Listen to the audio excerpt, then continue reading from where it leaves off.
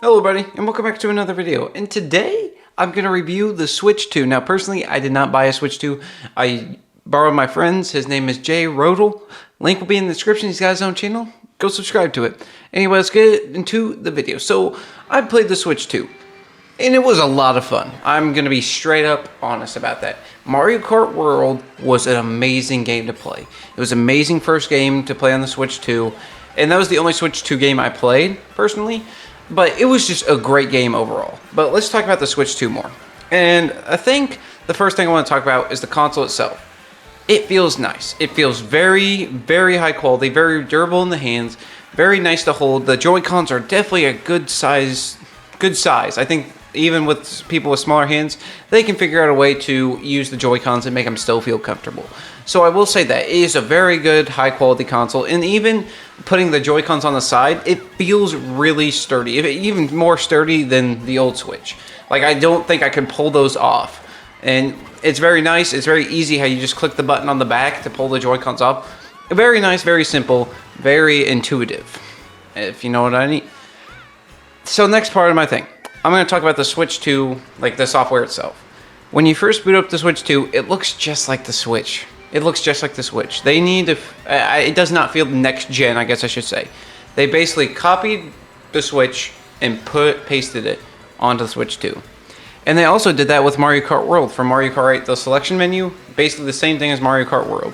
Same style, same everything, which kind of sucks in my opinion. Like, when you're buying a new console, you want it to feel like, boom, this is the next thing. This is, oh my god, this is the next leap in gaming. Like, that's what you want to feel like. That's what you want it to seem like.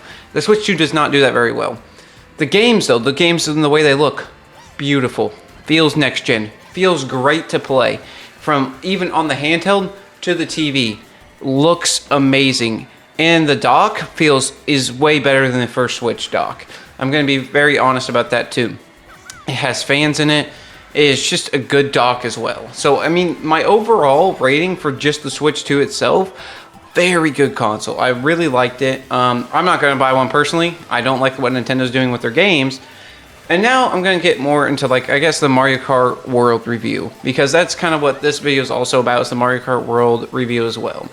And the game was a lot of fun. One of my favorite Mario Karts, to be honest. Knockout Tour was a beautiful addition to the game.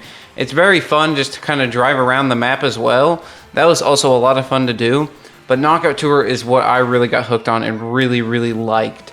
It was just fun playing it with my friend, and it was just a blast to play. But the problem I have with the game is there's not really a problem with it at all, except the racing's very linear. It's just kind of straight. You don't really get tracks, I guess I should say. Like, I mean, they are tracks, but it's just like a very straight. Which isn't a bad thing, I guess I should say. But it definitely takes away from Mario Kart. Like, when you're driving to the next track, they could have definitely added a lot more, like, turnarounds and loops and stuff. That would be my complaint about the game.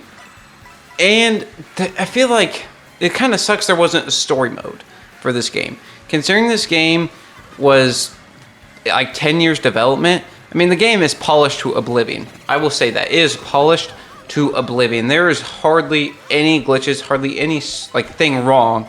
Basically, whatever happens in the game feels right, except like the item balancing and stuff. But that's Mario Kart. That's what makes Mario Kart fun. But I mean, nothing feels like glitchy or wrong with the game, and that is a huge deal to me.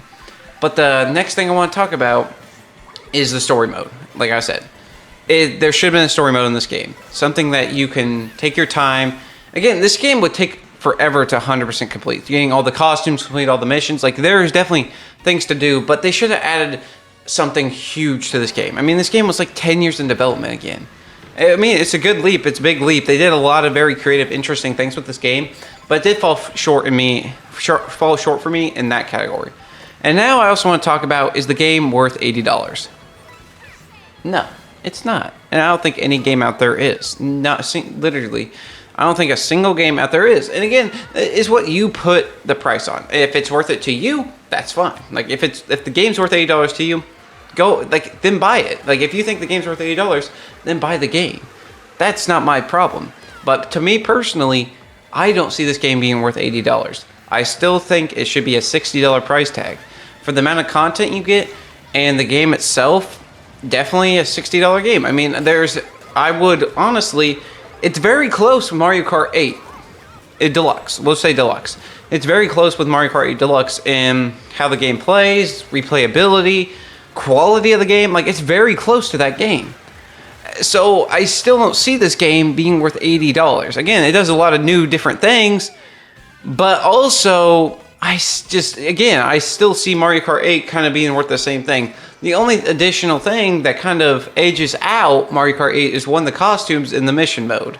But Mario Kart 8 still basically has all the same things, and they don't have Knockout Tour, which I really like Knockout Tour. That was a great idea, beautiful addition to the game.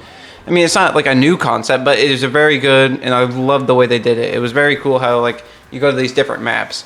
So yeah, Mario Kart World, I would give it a 9 out of 10. It was super fun. I mean, it's not a perfect game, obviously. Nothing in this world is perfect. But yes, such a good game. I really enjoyed it.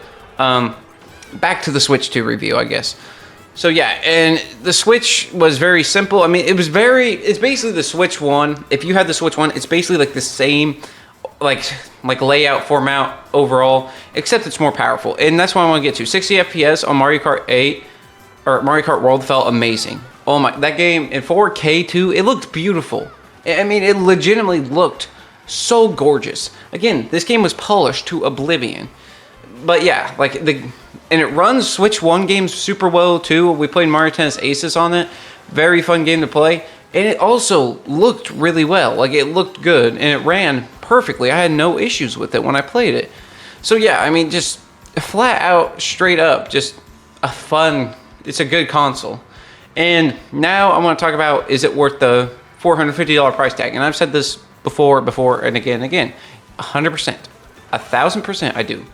There's nothing like it else on the market. I would place my money, I think it's worth $450. But the reason why I'm not buying a Switch 2 is because of the $80 games. I cannot justify spending $80 on a game. Never. The only way I would buy a game, the only game I'm literally like, this is the first game I've ever considered buying for $80 is Sonic Crossroads Racing.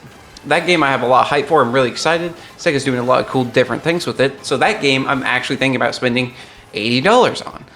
So yeah, but for this game, for the games Nintendo's coming out, again, they're amazing, great games, but personally, it's not worth the risk to me to spend basically a day's paycheck on this game, you know what I mean?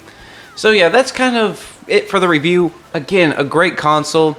It's worth the $450 in my opinion, the console itself, but the games, I just can't justify that price tag, $80 for a singular game.